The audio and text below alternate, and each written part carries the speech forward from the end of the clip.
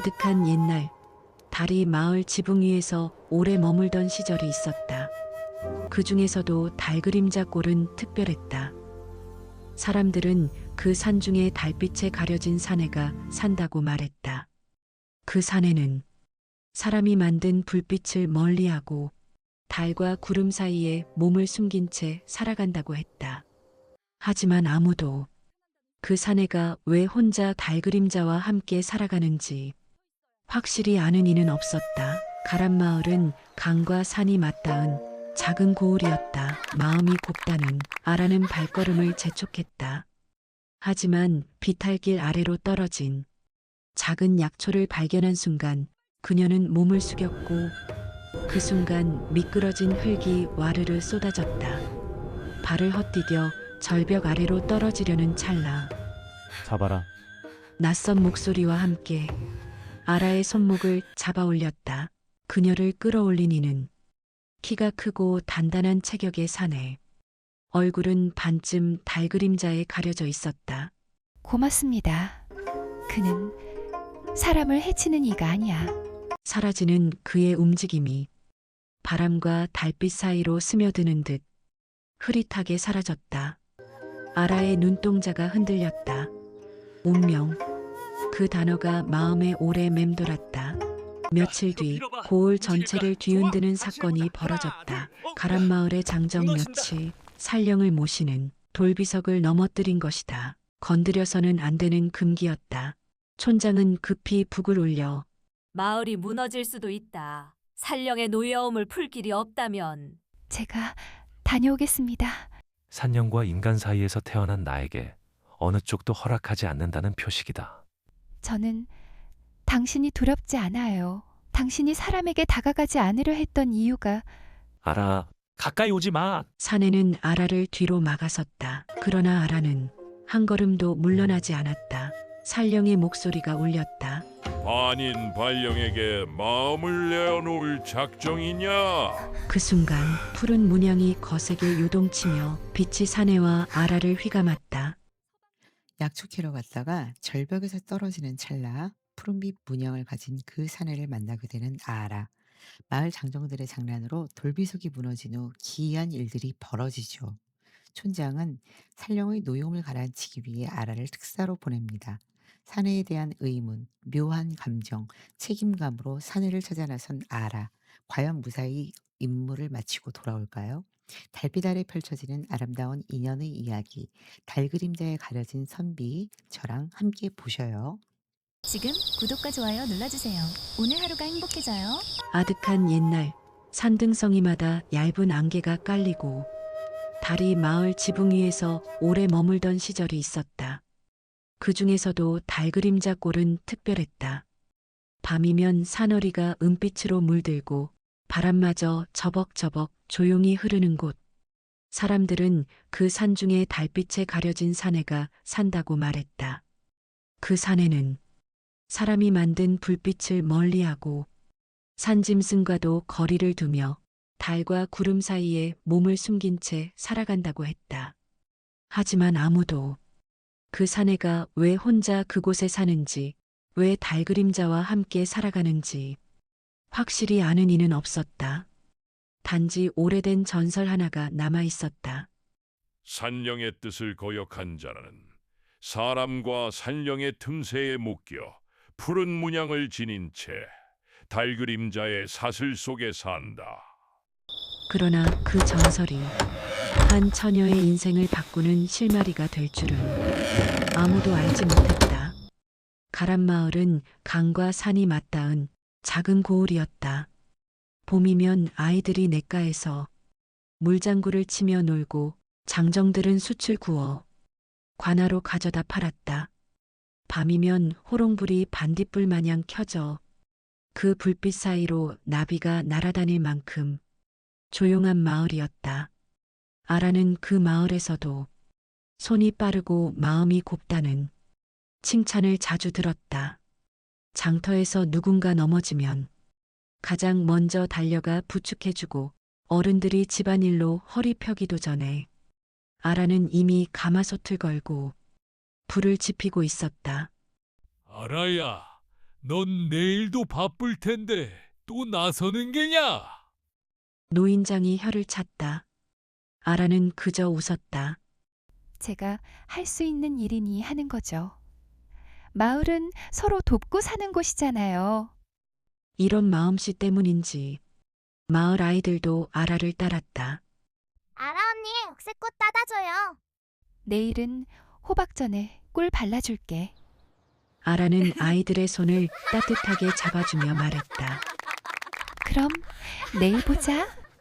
그러나 그 평화로운 마을도 요즘 들어 산중 그림자의 소문 때문에 술렁였다. 그날 아라는 평소보다 늦게 산으로 올랐다. 개울 근처에서 상한 나무를 골라내느라 늦어진 것이다.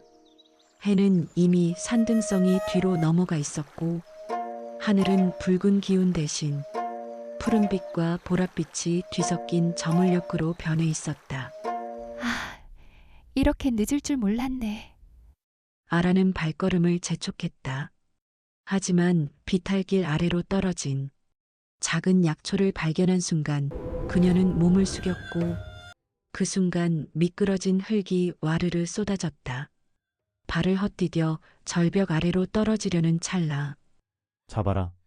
낯선 목소리와 함께 거칠지만 뜨거운 손이 아라의 손목을 탁 잡아 올렸다.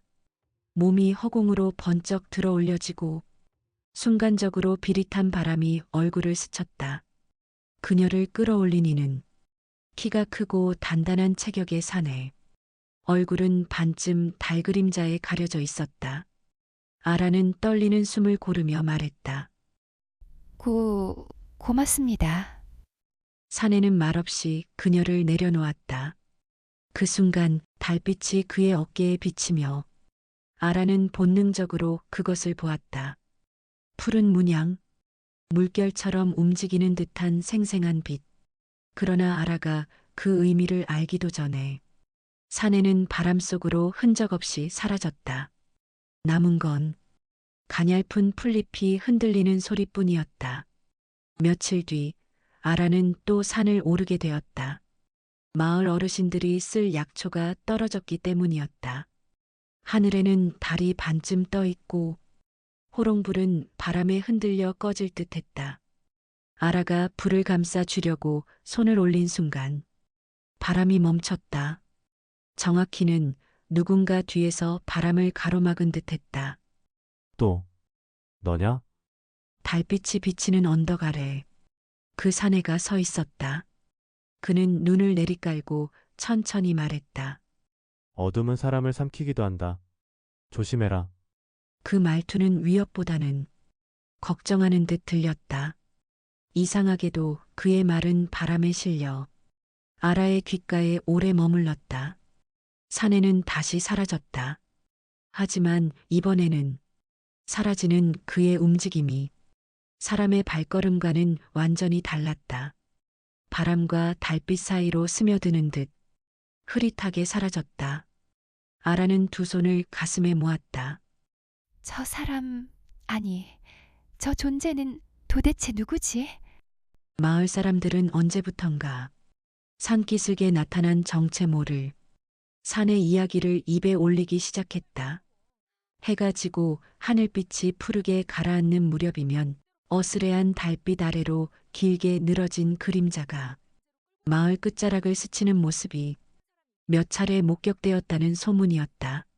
달 그림자에 갇힌 사내가 돌아다닌다더라. 장터에서 나무를 팔던 노인은 떨리는 목소리로 말했고 그 옆에 서 있던 아주머니는 목도리를 쥔 손에 힘을 주며 속삭였다. 사람의 형상이라지만 기운이 섬뜩하대. 가까이 갔다가 혼이 붙잡힌다는 말도 있어. 술기운 오른 장정들은 허세를 부리며 큰 소리쳤지만 막상 밤이 깊어지면 창문을 꼭 닫고 아이들에게 밖을 보지 말라고 일렀다. 혹시 산령의 벌을 받은 자가 아닐까? 예전에 산령의 노여움을 샀던 자들은 저렇게 온몸에 기묘한 기운이 흘렀다던데. 마을은 서서히 공포에 잠식되었다. 그날도 아라가 물동이를 이고 돌아오는 길 촌장 부인이 다급히 손목을 잡았다. 알아야 산에 가면 안 된다. 내게 무슨 일이라도 생기면 어쩌려고 그러니? 촌장 부인의 눈빛은 두려움과 애정이 뒤섞인 채 떨리고 있었다. 아라는 그 손을 조심스레 놓으며 고개를 끄덕였지만 마음속에서는 자꾸만 다른 생각이 일어났다. 산길에서 마주했던 그 사내의 눈빛, 날카롭거나 잔인한 기운은 조금도 없었다. 오히려 깊은 상처가 어둑한 숲을 떠돌 듯 고요하게 스며 있었다. 그는 사람을 해치는 이가 아니야. 하지만 그런 생각을 하고 있는 자신을 깨닫는 순간 아라는 스스로도 놀라 가슴이 철렁 내려앉았다. 그를 두둔하듯 속으로 중얼거리는 자신이 이해되지 않았다. 집으로 돌아와 일을 하면서도 아라는 자꾸만 자신도 모르게 그 사내를 떠올렸다. 달빛 아래서 흔들리던 그의 그림자, 어깨에 스치듯 흐르던 기묘한 푸른빛. 그 무엇보다도 그 순간 아라를 향해 지나가듯 남긴 낮고 떨리는 목소리. 마을 사람들은 공포에 떨고 있지만 아라는 그 공포 너머를 어렴풋이 바라보고 있었다. 그 사내의 뒤편에 말로 할 수 없는 아픈 사연이 숨어 있기라도 한 듯. 그날 밤 아라는 잠을 이루지 못했다. 마루 끝에 놓인 등잔불은 바람에 가늘게 흔들리며 방 안의 길고 짧은 그림자를 번갈아 드리웠다. 그 흔들림 속에서 아라는 자꾸만 그 사내의 어깨를 떠올렸다. 달빛 아래서 스쳤던 푸른 문양, 마치 살아 움직이는 것처럼 은은하게 흐르고 있었다. 대체 저게 뭐지? 어디선가 본 적 있는 문양 같은데. 아라는 기억을 더듬어 보려 했지만 잡힐 듯 말 듯 머릿속에서 안개처럼 흩어져 버렸다. 그때 가마솥 옆에서 물을 데우던 할머니가 아라의 굳은 표정을 보고 조용히 입을 열었다. 아가야, 무슨 근심이 있구나. 낮부터 내 얼굴이 산그늘처럼 어두워. 아라는 잠시 망설였지만 다른 사람들에게는 차마 말할 수 없어 삼켜두었던 의문을 꺼냈다. 할머니, 사람 몸에 푸른 문양이 생기는 일이 있어요? 할머니의 손이 잠시 멈췄다. 나무 국자를 잡은 손끝이 떨리며 불빛이 그 주름진 손등을 고요하게 비추고 있었다. 그 문양, 그냥 생긴 건 아닐 게다. 할머니는 낮게 중얼거리며 가마솥의 뚜껑을 덮었다. 그리고 아라를 조용히 바라보았다. 아라야, 아주 오래전 내 어릴 적 들은 이야기다. 사람과 산령 사이에 맺힌 푸른빛 문양이 있었단다. 아라는 숨을 죽였다. 할머니의 이야기는 늘 사실과 전설이 뒤섞여 있었지만 지금만큼은 그 어느 때보다 선명하고 묵직하게 들렸다. 할머니는 천천히 말을 이었다. 그 문양은 고을의 큰 죄와 억울함이 한데 얽혀 생기는 징표야. 사람이면서 사람으로 살지 못하고 산령이 아니면서 산령의 운명을 지게 된다지. 등불 아래 비친 할머니의 눈빛은 마치 오래된 비밀을 다시 꺼내는 듯 깊었다. 아라는 떨리는 목소리로 물었다. 그럼 그 문양이 있다는 건 저주를 받았다는 거예요? 할머니는 고개를 끄덕였다. 저주이면서 기회이기도 하지. 사슬이 풀리는 때가 따로 있고 그걸 풀 사람도 정해져 있다더라. 저주의 사슬을 풀 사람. 할머니는 잠시 아라를 바라보다 미묘하게 떨리는 미소를 지었다. 그 문양을 본 사람, 그리고 그 문양을 두려움이 아닌 연민으로 바라본 사람. 아라는 가슴이 쿵 하고 뛰었다. 말을 잇지 못한 채 손끝이 떨렸다. 할머니가 무슨 뜻으로 말하는지 너무 잘 알 것 같아서였다. 그 사내는 분명 사람을 해치는 이는 아니었다. 오히려 무언가에 단단히 묶여 어둠 속에서 홀로 버티는 듯한 모습이었다. 그 문양을 본 순간 느껴졌던 알 수 없는 묘한 감정, 두려움보다 깊은 곳에서 올라오던 울림. 아라는 자신도 모르게 낮게 중얼거렸다. 그럼 그 사내는 할머니는 더 말하지 않았다. 다만 등잔불이 기묘하게 흔들리며 방 안에 더 깊은 그림자를 드리웠다. 한동안 둘 사이에 무거운 침묵만 흘렀다.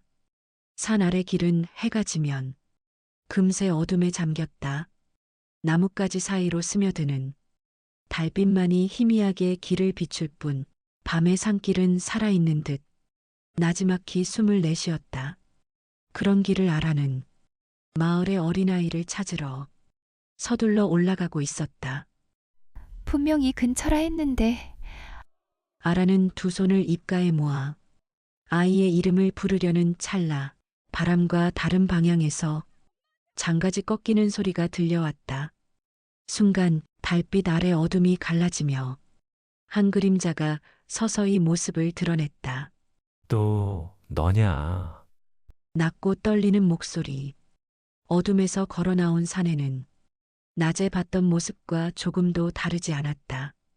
그러나 가까이에서 보니 그의 호흡은 거칠었고 눈빛은 어쩐지 그녀를 피하려는 듯 흔들리고 있었다. 하지만 아라는 놀라지 않았다. 그녀가 가져야 할 두려움보다는 다른 감정이 더 크게 밀려왔다. 그는 사람을 해칠 모습이 아니었다. 아이를 찾고 있었어요. 아라는 숨을 고르며 말했다. 혹시 못 보셨어요? 사내는 잠시 말이 없었다. 달빛 아래 그의 어깨로 푸른 문양이 살짝 번져 흐르는 게 보였다. 아라는 본능적으로 그 빛을 따라 눈길을 주었다. 사람들은 당신을 두려워해요. 아라는 솔직하게 말했다. 하지만 나는 당신이 사람을 해칠 존재라고는 생각하지 않아요. 사내의 표정이 미묘하게 일그러졌다. 그는 등을 돌린 채 고개를 낮게 떨었다. 넌 모른다. 그럼 알려줘요. 아라의 목소리는 스스로도 놀랄 만큼 부드러웠다. 당신은 사람인가요? 사내의 숨이 잠시 멎는 듯했다. 그는 힘겹게 고개를 들었다. 달빛이 그의 눈동자에 닿으며 깊은 어둠 속에 작은 빛을 만들었다. 나도 가끔은 모르겠다. 그의 목소리는 외로움으로 생채기가 난 것처럼 거칠고 깊었다. 그리고 그 말 뒤로 그의 등 뒤에서 푸른 문양이 더욱 선명하게 피어오르듯 빛났다. 마치 살아있는 것처럼 천천히 움직이며 그의 피부를 타고 흐르는 듯했다. 아라는 그 광경을 보고도 뒷걸음치지 않았다. 오히려 한 걸음 더 다가섰다. 아프죠? 그녀의 질문은 본능에서 나온 것이었다. 사내는 얼굴을 돌려 푸른 문양이 보이지 않도록 어깨를 움츠렸다. 숨소리가 떨렸다. 그 떨림 속에는 분명 두려움과 분노, 그리고 자신도 설명하지 못하는 고통이 섞여 있었다. 다가오지 마. 그의 경고는 어딘가 절박했다. 이건 너 같은 사람이 알아서는 안 되는 일이야. 그러나 아라는 물러서지 않았다. 그의 뒤편에서 달빛이 사내를 감싸고 푸른 문양이 은은하게 반짝이며 주변 공기까지 차갑게 만드는 듯했다. 아라는 조심스레 손을 내밀려다 멈췄다. 그래도 괜찮아요. 당신이 누구인지, 어떤 사람인지 알고 싶어요. 사내의 눈동자가 흔들렸다. 어둠 속에서 지금껏 누구도 자신에게 건네지 않았던 말이었기 때문이었다. 그 순간 멀지 않은 곳에서 어린아이의 울음소리가 들려왔다. 아라와 사내는 동시에 고개를 돌렸다. 사내는 짧게 숨을 내쉬었다. 아이부터 빨리 데려가라. 그리고는 어둠 속으로 다시 몸을 숨겼다. 달빛조차 그의 그림자를 붙잡지 못한 채 그는 숲의 심장처럼 호련히 사라졌다. 아라는 뛰어가 아이를 안고 집으로 향했지만 마음속에서는 다른 생각이 지워지지 않았다. 그 사람은 도대체 어떤 존재일까? 그 의문은 두려움이 아니라 어떤 문이 열리는 소리처럼 깊고 묵직했다. 달그림자 꼴 깊은 곳에 자리한 굴은 산짐승조차 쉽게 들어오지 않는 기이한 장소였다. 굴 입구에는 오래전에 그가 새겨두었다는 세 개의 돌무더기가 있었다. 비바람이 수십 번은 스쳐갔을 텐데 돌들은 이상하게도 흩어지지 않고 그대로의 모양을 유지하고 있었다. 사내는 그 돌무더기 앞에 쭈그려 앉아 한참 동안 고요히 눈을 감았다. 오늘은 문양이 조금 덜 아프구나. 그의 몸에 새겨진 푸른 문양은 달이 기울수록 희미해졌고 달이 차오를수록 짙어지는 기묘한 기운을 품고 있었다. 가끔은 문양이 강하게 빛을 발하는 밤도 있었다. 그때면 그는 사람이 아닌 짐승의 감각이 깨어나는 걸 느꼈다. 냄새 하나에도 주변의 생명들이 어디쯤에 있는지 정확히 알 수 있었고 발자국 소리만으로도 그 사람의 감정까지 느껴졌다. 그러나 그런 기이한 감각은 그에게 두려움 그 자체였다. 나는 정말 사람이라고 할 수 있는 걸까? 그의 손끝이 떨렸다. 웃음도 울음도 아닌 돌덩이처럼 굳어버린 표정이 밤의 어둠 속을 맴돌았다. 그럼에도 불구하고 그의 가슴 한쪽에는 자꾸만 떠오르는 존재가 있었다. 알아. 절벽 끝에서 두려움에 떨던 그 처녀, 불안을 숨기고 웃던 그 눈빛. 왜 그 처자의 얼굴이 이렇게 오래 남아있지? 사내는 스스로에게 물었지만 대답은 쉽사리 찾을 수 없었다. 아라 역시 그날 이후 마음이 편치 않았다.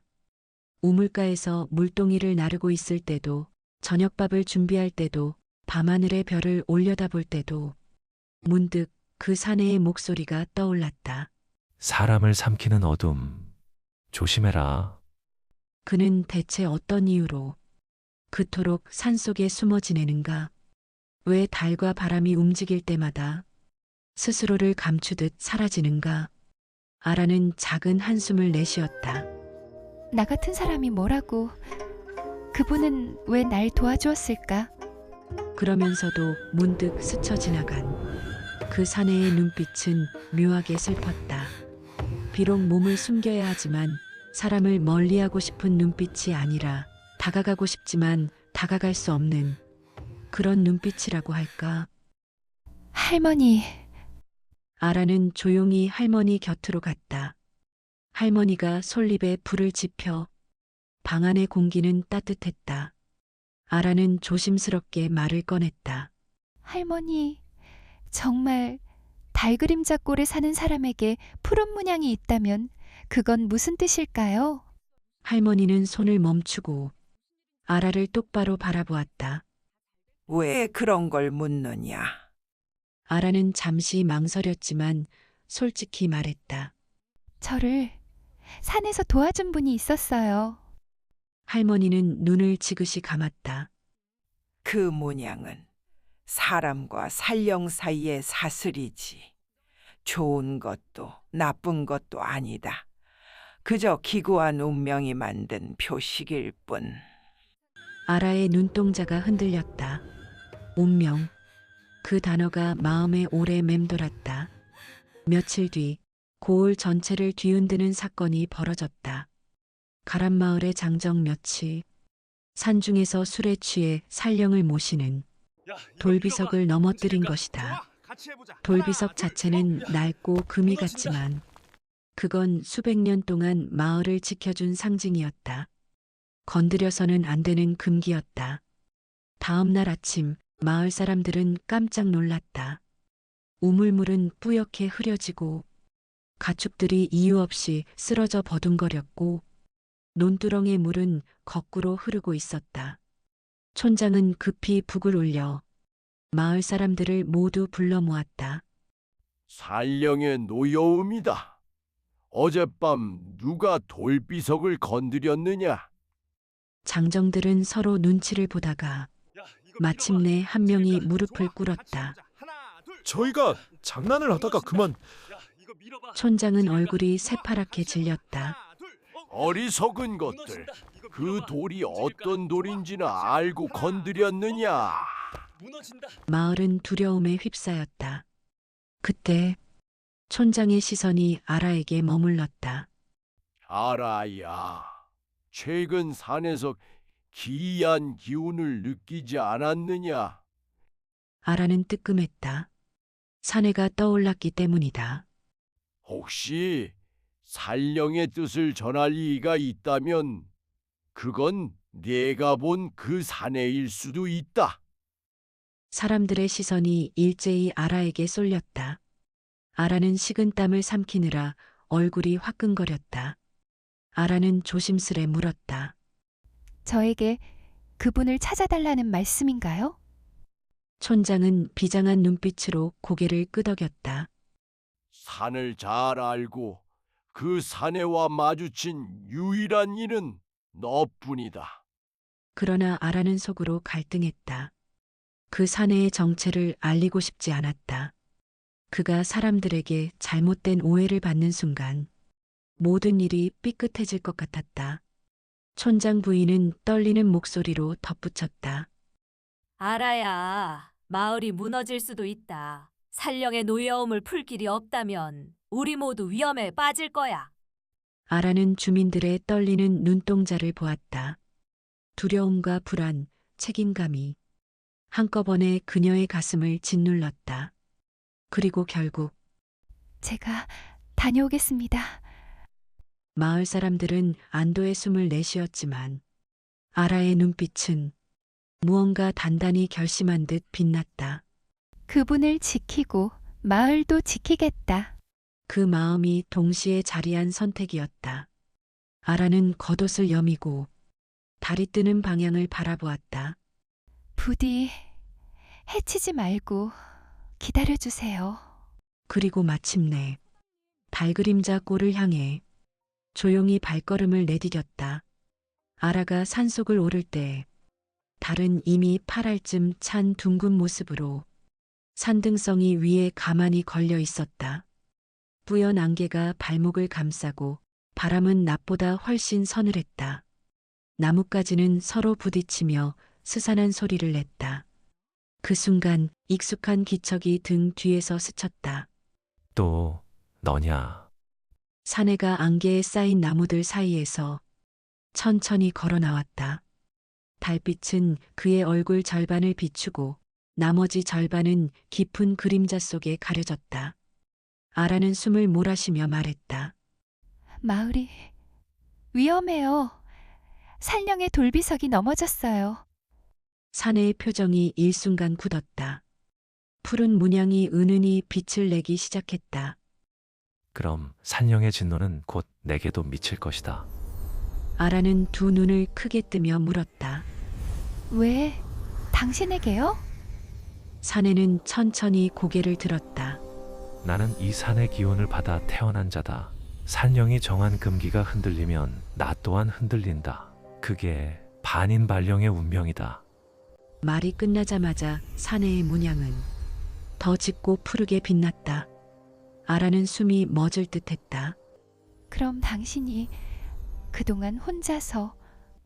사내는 조용히 눈을 감았다. 날 보면 두려움이 들 텐데 왜 계속 나를 찾아왔느냐? 아라는 잠시 침묵하다. 마침내 말했다.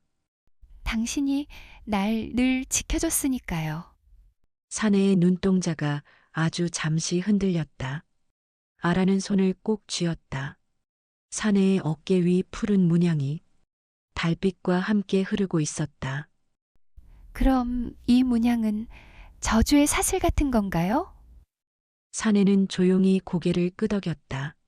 산령과 인간 사이에서 태어난 나에게 어느 쪽도 허락하지 않는다는 표식이다. 인간으로 살 수도 없고 산령으로 살 수도 없다. 아라는 마음 깊숙이 한 줄기 바람 같은 슬픔이 스며드는 것을 느꼈다. 당신이 사람에게 다가가지 않으려 했던 이유가 그거였군요. 사내는 대답하지 않았다. 대신 달빛 아래 그의 목소리는 조금 낮게 떨렸다.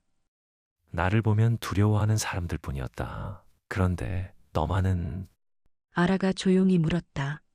저는 당신이 두렵지 않아요. 사내의 눈동자가 크게 흔들렸다.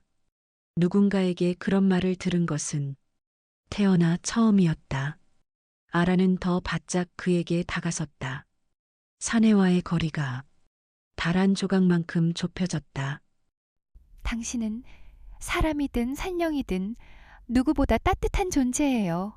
그 말이 공중에 흩어지자 사내의 문양이 순간적으로 크게 파동을 일으켰다.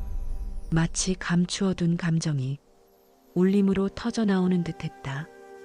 갑작스레 산 전체가 거대한 숨을 들이마신 것처럼 울렁였다. 바람이 가파르게 불어와 나뭇가지를 뒤흔들고 돌멩이들이 서로 부딪히며 거친 소리를 냈다. 푸른 기운이 사내의 몸을 감싸기 시작했다. 오지 마라. 사내는 아라를 뒤로 막아섰다. 그러나 아라는 한 걸음도 물러나지 않았다. 산령의 목소리가 울렸다. 인간이여, 반인 발령에게 마음을 내어놓을 작정이냐? 아라는 달빛을 향해 고개를 들었다. 네, 그분은 그 누구보다 사람답습니다. 그 순간 바람이 거칠게 불어닥쳤다. 산령의 음성이 사납게 이어졌다. 그자는 산령의 뜻을 거역한 죄로 달그림자에 묶여 살아온 자다. 너 또한 그 사슬에 묶이려 하느냐? 아라는 흔들림 없이 대답했다. 사슬이든 그림자든 그분의 죄로 인한 것이 아니라면 저도 함께 짊어지겠습니다. 사내는 그 말을 듣는 순간 숨이 멎을 듯했다. 아라, 너는 미친 것이냐? 아라는 미소 지으며 말했다. 당신을 믿는 게 미친 일이라면 그럼 미친 것쯤은 기꺼이 감당하겠어요. 그 순간 푸른 문양이 거세게 요동치며 빛이 사내와 아라를 휘감았다. 빛이 강해지자 사내의 몸이 크게 흔들렸다. 문양이 더욱 강하게 빛났다. 아라, 가까이 오지 마. 그러나 아라는 그의 말이 끝나기 전에 사내의 두 손을 꼭 잡았다. 괜찮아요. 당신이 흔들리는 건 제가 잡아줄게요. 문양이 아라의 손 위로 옮겨 붙은 듯 따뜻한 열기가 번져왔다. 산령의 진노한 목소리는 한결 낮게 잦아들었다. 너는 진심인 게로구나. 사내의 온몸을 조이는 기운이 점점 풀리기 시작했다. 족쇄처럼 사내를 묶었던 문양은 빛을 잃어가고 마침내 사라졌다. 사내는 가슴 깊은 곳에서 뜨겁고 깊은 숨을 토해냈다. 내 몸이 가볍다. 알아. 내 몸이 가벼워. 그의 얼굴에서 달그림자 같은 차가운 기운은 완전히 사라졌고 사람의 따스한 온기가 번졌다. 아라는 기쁨에 울컥해 사내의 손을 꼭 잡았다. 됐어요. 당신 이제 정말 사람이어요. 사내는 믿기지 않는 듯 손등을 바라보았다. 그래, 정말. 아라와 사내는 천천히 산을 내려와 가란마을로 향했다. 장정들도 아이들도 노인장도 점점 다가오는 두 사람을 바라보고 처음엔 뒤로 움찔 물러섰다. 그러나 촌장은 두 눈을 크게 뜨고 사내의 얼굴을 똑바로 보았다. 달그림자, 고래의 기운이 사라졌구나. 아라는 미소 지으며 천천히 고개를 끄덕이고는 촌장에게 말했다. 어르신, 산령의 사슬이 풀렸어요. 이분은 더 이상 산령의 벌을 받는 존재가 아닙니다. 촌장 부인도 눈을 찡그리며 사내를 세심히 살펴보았다. 자네 눈빛이 정말 달라졌어. 이제 사람의 눈이야. 사내는 조용히 말했다. 제가 살면서 처음으로 사람들 곁에 머물고 싶어졌습니다. 어르신, 그래도 되겠습니까? 그 말에 마을 사람들은 서로 얼굴을 바라보다 천천히 고개를 끄덕였다.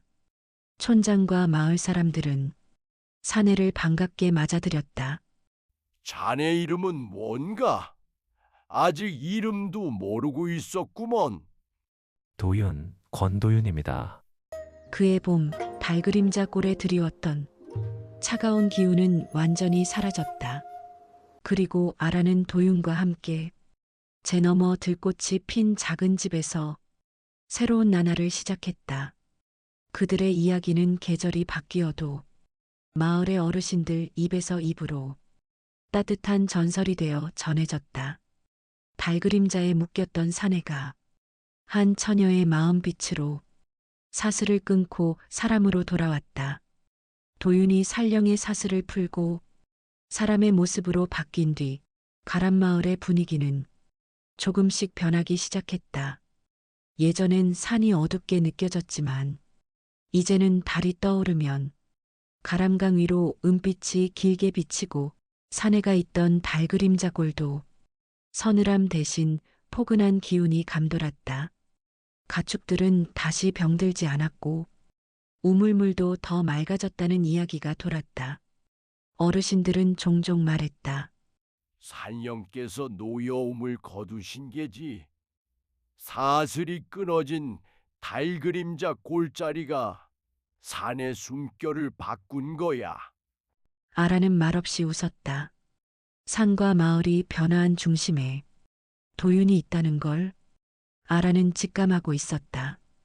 도윤은 처음으로 사람답게 배워야 할 것들을 익혔다. 마을 장정들은 도윤에게 장작 패는 법을 가르쳤고 아이들은 도윤의 긴 머리를 잡아당기며 해맑은 웃음을 지었다. 살령 같은 무서운 기운이 이제 하나도 안 느껴져요. 아이 하나가 외쳤다. 뭐, 예전엔 내가 좀 무서웠지? 도윤은 웃으며 아이의 어깨를 토닥였다. 도윤은 마을 사람들과 함께하는 것이 낯설었지만 이상하게도 가슴은 뜨거웠다. 사람들 사이에서 이렇게 살아가는 게 이토록 따뜻한 일이었나? 아라는 그런 도윤을 바라보며 말했다. 당신은 원래부터 따뜻한 분이었어요. 이제야 사람들이 그걸 알아보는 것뿐이죠. 아라를 바라보는 도윤의 눈가는 촉촉해졌다. 그는 말없이 고개만 끄덕였다. 문양이 사라진 뒤 달그림자 꼴에도 작은 변화가 일어났다. 그동안 마치 잠들어 있는 것처럼 풀이 시들어 있었고 나무 껍질에 음기가 배어 있었던 곳에 연두빛 새순이 돋기 시작했다. 도윤은 혼자 그곳을 다시 찾았다. 자신이 살령의 문양에 묶여 살아온 오래된 굴이 이제 따뜻한 숨을 뱉어내는 듯 느껴졌다. 손을 굴바닥에 대자 찬 기운만 돌던 곳이 마치 살아있는 산처럼 따스한 온기가 전해졌다. 고맙다, 알아. 도윤은 누군가를 부르듯 작게 중얼거렸다. 아라의 진심이 살령의 오래된 사슬을 풀고 그의 삶을 바꾸었듯 달그림자 골도 새로운 계절을 맞이하고 있었다. 어느 날 촌장은 사내를 불러 말했다. 자네에겐 이 산을 지키고자 했던 기운이 있었다.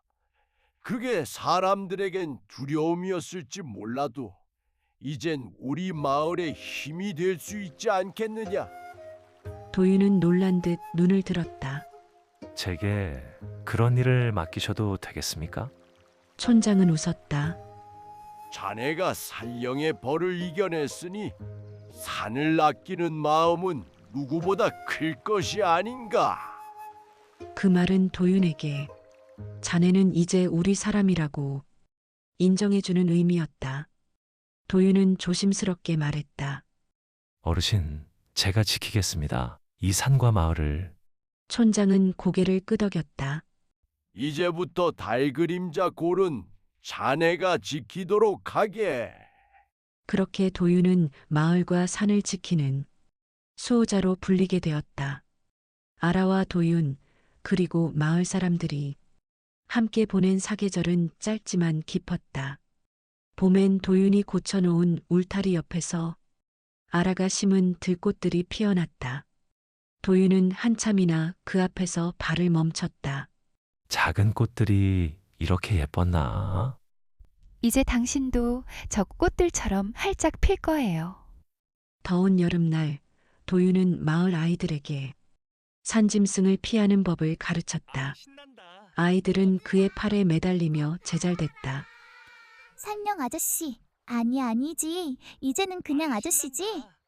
그 웃음소리 속에서 도윤은 느꼈다. 마음속 깊이 박혀있던 것들이 조용히 천천히 녹아내리는 것을. 가란마을에서 처음 맞이한 가을엔 마을 장정들과 함께 땀 흘리며 곡식을 거두었다. 아라는 여인들과 햅쌀로 떡을 빚었다. 달빛 아래 나란히 걷다가 도윤이 조용히 말했다. 알아. 나는 한 번도 미래라는 걸 생각해 본 적이 없었어. 그럼 이제부터 천천히 생각해 보세요. 한방눈이 내리는 밤, 두 사람은 작은 호롱불을 마주하고 앉았다. 내가 사람으로 살게 된 건 알아. 당신 덕분이야. 아라는 고개를 저었다. 당신이 돌아온 건 제 덕이 아니에요. 당신 안에 있던 마음 덕분이에요. 호롱불이 잔잔히 흔들렸다. 세월이 흘렀다. 가란마을은 여전히 평온했고 그 중심엔 아라와 도윤이 있었다. 마을 사람들은 이따금 이런 이야기를 나누곤 했다. 달그림자 골이 왜 그렇게 맑아졌는지 알아? 옛날엔 그 길을 혼자 못 걸었는데 지금은 밤에도 은빛이 고요하게 흐르지. 산과 마을이 한수숨 돌린 거야. 그 인연이 사슬을 끌어냈으니까. 어르신들은 웃으며 덧붙였다. 아라가 아니었으면 큰일 날 뻔했지. 그 아이가 손 한 번 내밀었을 뿐인데. 아라는 수줍게 말했다. 전 그저 길을 잃은 사람의 손을 잡아준 것뿐이에요.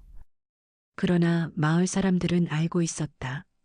그 손 하나가 산과 마을 모두를 살려냈다는 것을. 문양이 사라진 지도 여러 해가 흐른 어느 밤, 아라와 도윤은 달빛이 가장 환하게 비치는 언덕 위에 서 있었다. 바람은 부드러웠고 달은 예전처럼 그의 발밑을 조용히 걸었다. 도윤이 먼저 말했다. 이제 달이 두렵지 않구나. 달은 이제 당신과 나, 그리고 우리 모두를 밝히는 빛이 되었으니까요. 달 그림자는 더 이상 그를 붙들지 않았다. 그리고 그 이야기는 가란마을의 호롱불 아래에서 세대를 넘어 오래도록 전해졌다. 지금 구독과 좋아요 눌러주세요. 오늘 하루가 행복해져요.